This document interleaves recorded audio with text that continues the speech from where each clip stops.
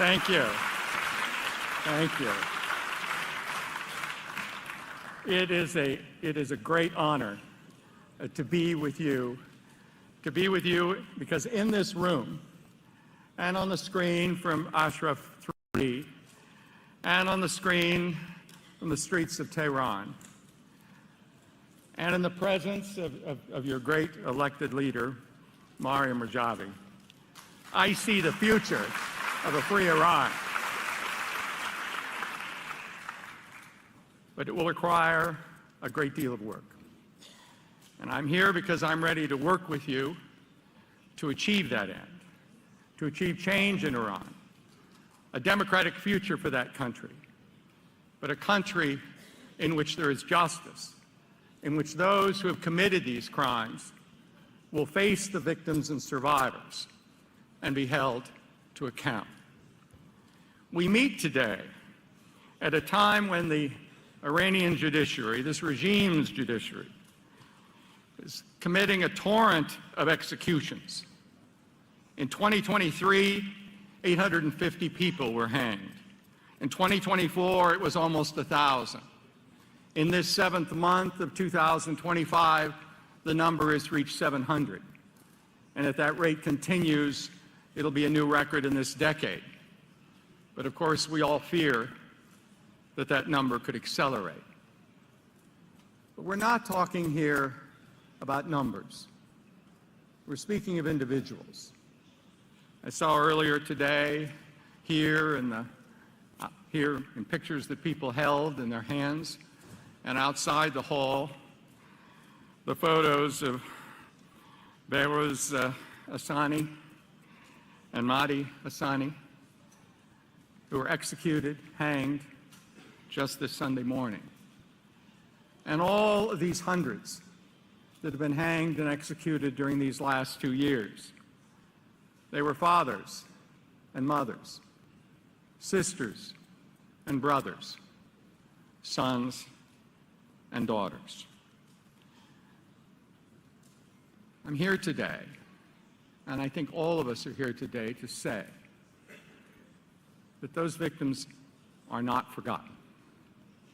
And to say to the survivors, so many in this room, that you're not alone, that we're with you, and that the day of justice will arrive.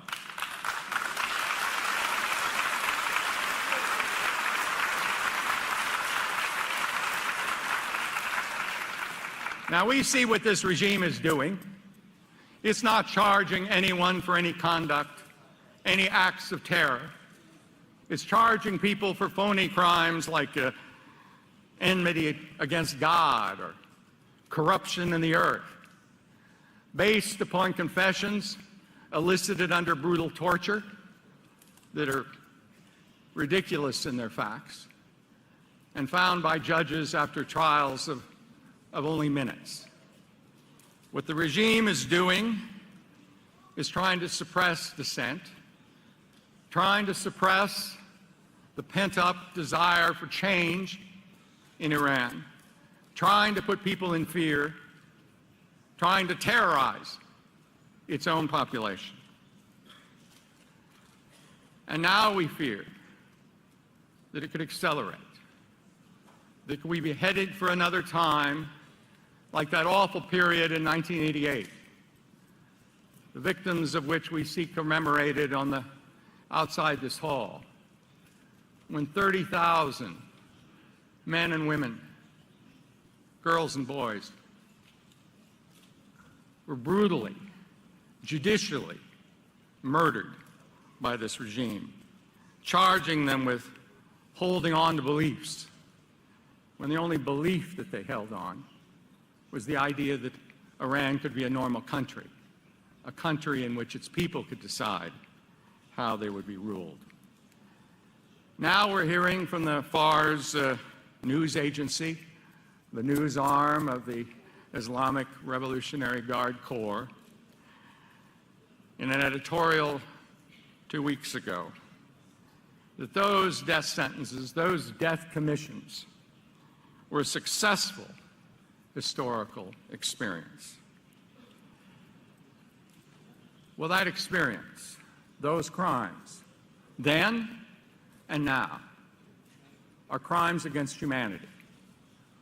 They're crimes against not only the people of Iran, but against all of humankind in the dozens of countries that have put crimes against humanity in their statutes and in any international court or tribunal that might be established in the future.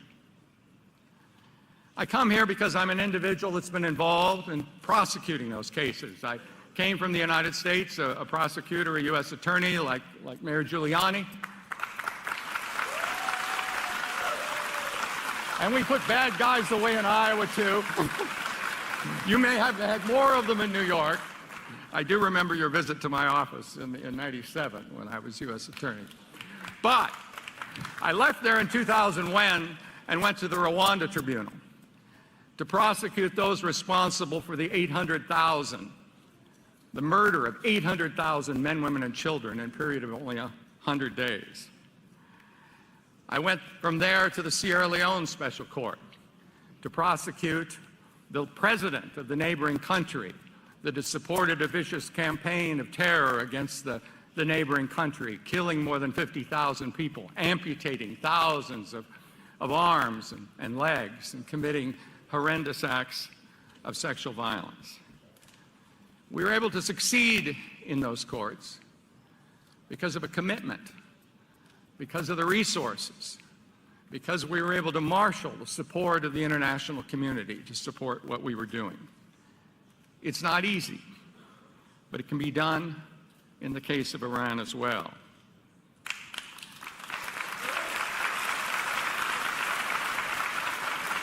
Let me just mention one example. 3 weeks ago, I was in Bosnia at Srebrenica. And you may remember that 30 years ago this month, that was where 8,000 Muslim men and boys were brutally murdered in a UN safe zone, while the world could not believe that it was happening. I went to the 30th commemoration, where more of their bones were interred. Now some 7,000 of those victims have been returned, their bones, to their families. And their families were sitting on the graves of their sons and husbands and brothers. I remember being there many times beforehand and meeting in particular with the survivors. The one that's the most indefatigable person I've ever known is Munira Subashik, who heads the Mothers of Srebrenica.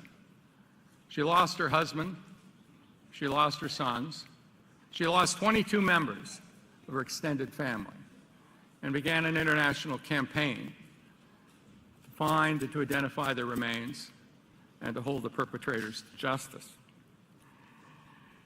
It's a challenging job, a challenging thing that she took on. And I recall visiting her many times over the years, where she saw some progress being made. She saw the world had finally begun to recognize what happened there. But she was constantly worried that the commitment would flag, that there wouldn't be the resources, there wouldn't be the effort to bring the perpetrators to justice. But it happened. It happened. Not by magic, not because there was a UN Security Council resolution establishing a court, not because there were judges fit with robes in The Hague that issued arrest warrants. That alone wouldn't accomplish it. Indeed, the crimes at Srebrenica occurred when that tribunal was already sitting in The Hague. It took action to build the irrefutable evidence, to authorize peacekeepers to make arrests rather than to wave the perpetrators through the checkpoints. It took action in my own Congress to put rewards of up to $5 million on the heads of each of the perpetrators, to deny the countries who harbored them the benefits of being part of the international community. No end of sanctions, no aid, no access to freer markets. And most importantly, it meant not trading away justice. Now, there was a peace agreement that ended the war in Bosnia, signed at Dayton in the United States. But justice was not swept under the carpet. The Hague Tribunal in the end charged 161. And at the time that I saw Manera for the 15th anniversary, 15 years ago, in July of 2010, there were still 6 of those fugitives left, including the military commander that had ordered and organized the killing of those 8,000, Ratko Mladic. And I said, we will not rest until we get all of them. And by 11 months later, the jail door had slammed behind all 161.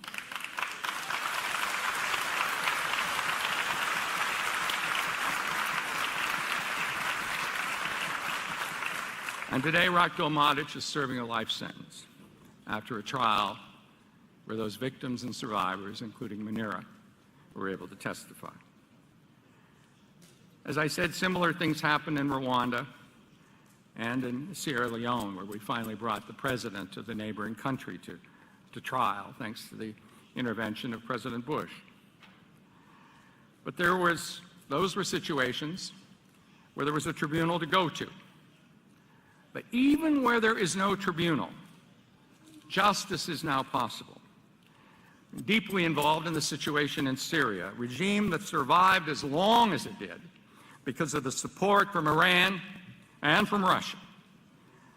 A regime under Bashar Assad that drove half of its population off, killed more than 500,000, the largest share of which were tortured to death after being disappeared and detained.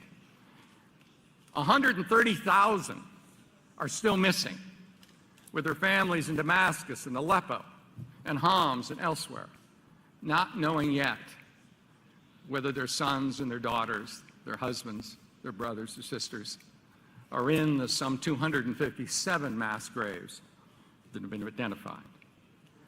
But even while those crimes were committed, the international community put enormous resources into the effort to document the crimes. Not just UN commissions and rapporteurs, but funds for civil society, for Syrians outside the country and inside the country to document the crimes. One organization that I now head brought out 1.5 million pages of regime documents that contain the signature of Assad himself. And it was possible with those documents to take them to courts in Germany and Sweden and France, now in the United States, and hold those perpetrators to account. And there was even a warrant for Assad himself for the use of chemical weapons against his own people. And now, not by some intervention from foreign powers, Syrians have overthrown that government. And the prospect for justice, a more complete truth-telling, and a more complete justice is possible in Syria. Why is it so important? Why is it so important? Obviously, we all, and Syrians certainly, dreamed of political change, of a day that they never thought would arrive, when they'd be in control of their own fate. Isn't that enough? No, it's not enough. Those victims and their survivors are entitled, as a matter of international human rights, to know the truth of what happened, and to have their case investigated, and to have their perpetrators held to account. And it's also important for people elsewhere, in other parts of the world, where similar dictatorial regimes may try to do the same thing, to hold on to power, to hold on to the wealth and control that it provides them. It sends a message to each of you that you will never have a day's rest in this life. But there will come a day, there can come a day, when you will be arrested, when the jail door will close behind you, and you will have to face the victims and survivors of the crimes that you committed.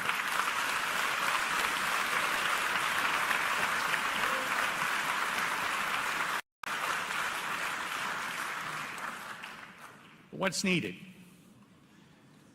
It clearly takes more than words. First of all, it takes a commitment not to trade away justice.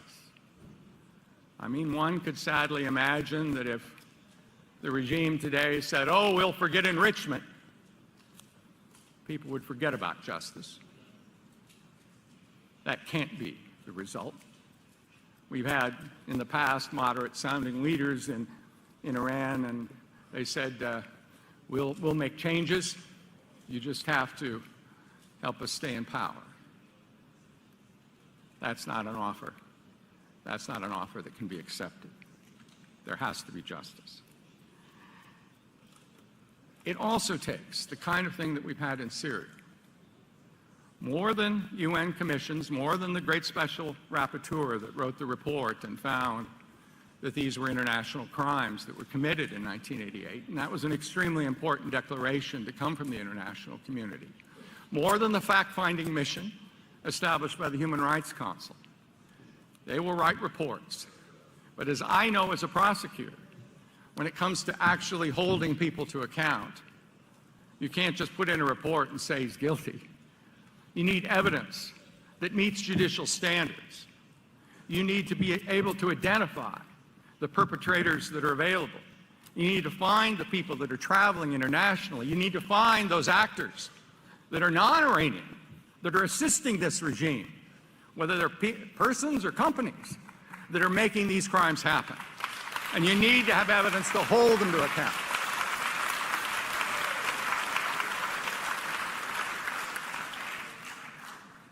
So let me say here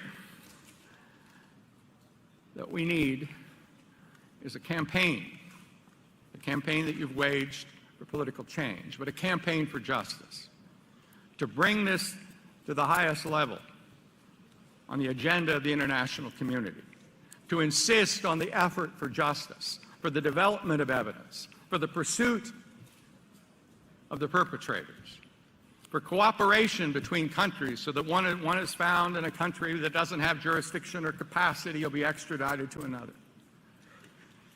That kind of commitment is essential.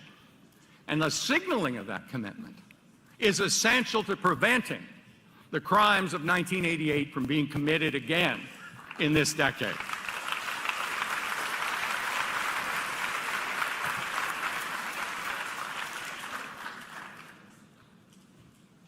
The world's resolve will not be measured by words. It requires action.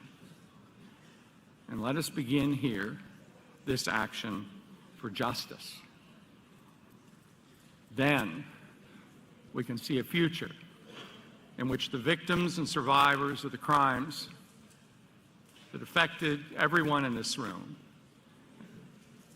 and people across Iran, and that are a threat to all of humankind, to see that the perpetrators of those crimes are brought to justice, and that free Iran begins tomorrow.